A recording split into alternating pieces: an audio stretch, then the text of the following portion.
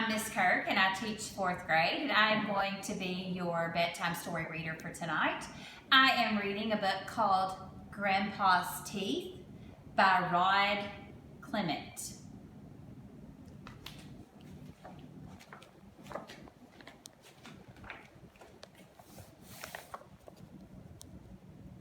Help! I've been robbed! We heard Grandpa shouting. It's a disaster! Come quickly! He was still shouting as Mom, Agatha, and I ran up the stairs.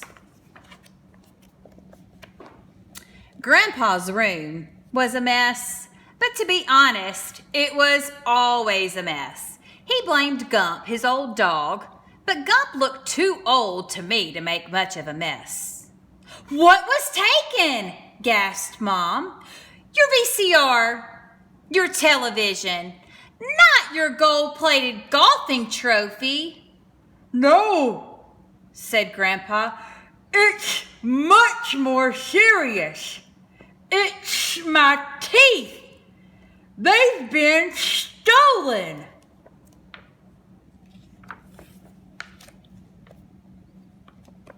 Grandpa normally kept his teeth in a glass of water by the bed. The glass was still there, but the teeth were missing. "You haven't swallowed them by mistake, have you?" asked Mom. Of course not, replied Grandpa.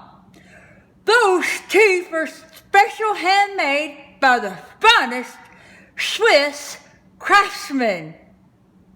Agatha looked at Mom and whispered, "Why is Grandpa talking funny?" You see how serious it is?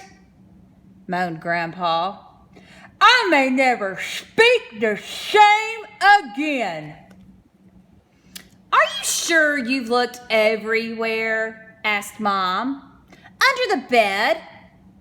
Behind the cabinet? In all the drawers?" Yes, replied Grandpa with tears in his eyes. I've looked everywhere. Mom called the police.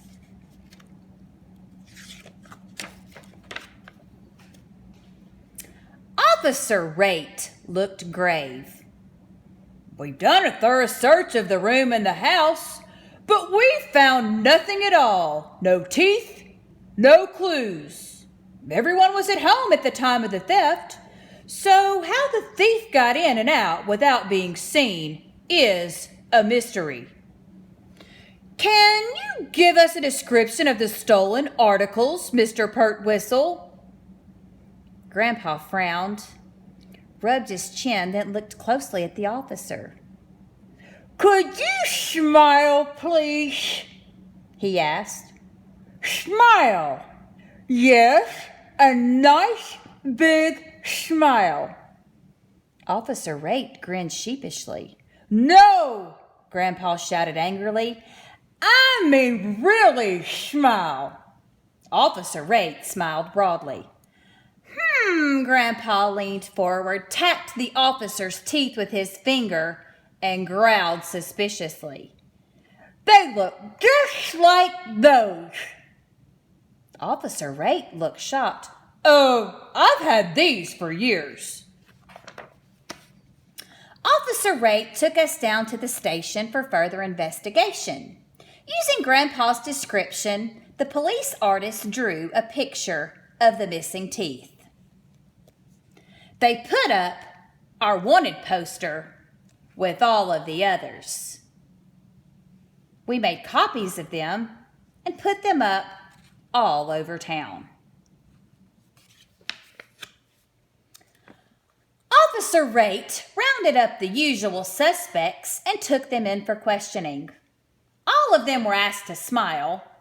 Most of them had missing teeth as well, but just one or two, not the whole set. They even brought in our unfriendly neighbor, Miss Carbuncle, because her own teeth didn't fit. But Grandpa didn't recognize her or the teeth in the police lineup. I've never seen her smile before. he explained to Officer Rate. After several days, Officer Rate had to admit that no teeth had been found, no thief had been caught, and no clues had been uncovered. Grandpa suspected everyone, especially anyone who didn't smile. Soon, the whole town was smiling at him, although he never smiled back. He had nothing to smile with. Mom even got a call from one of those TV shows, Unsolved Crimes. They came to the house in a helicopter. We had to reenact the whole thing. When Grandpa was interviewed, he asked the reporter, Pearl White, if he could borrow some of her teeth. "After all," he mumbled, "you have more than enough."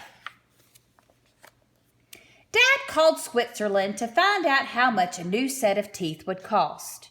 He was so shocked when he found out that he dropped the phone. "The only way we could ever afford it," he joked to Mom, "is to sell the house." Grandpa thought this was a great idea. "Who needs a house anyway?" he moaned. "It doesn't help you chew your food." To cheer him up, we all took Grandpa to the amusement park. It was a disaster. He took one look at the front entrance and burst into tears. Everyone watched Unsolved Crimes, but no one called Officer Rate, and the crime remained unsolved. Some spare teeth were left in the mailbox, but none of them fit properly. People began locking their doors at night, imagining a teeth thief on the loose on the streets. No one knew who would be next, so fear gripped the town. The thief had to be caught, and soon. It seemed the only way to prove beyond a reasonable doubt that your teeth and your mouth were your own was to smile broadly at every person you met. Anyone who didn't smile was immediately dragged off to the police station for more questions and a chat with Officer Rate. So everyone began smiling at everyone else, all the time, everywhere, even at funerals. Because of Grandpa's teeth, the whole town was beginning to suffer. Tourists, seeing the endless sea of smiling faces, were too scared to get out of their cars. After a while, they stopped coming altogether.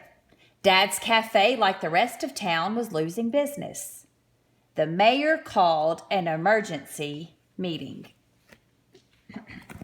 That night, for the first time that anyone could remember, the town hall was full. Speaker after speaker stood up to complain about the loss of customers and the constant strain of smiling all day, every day.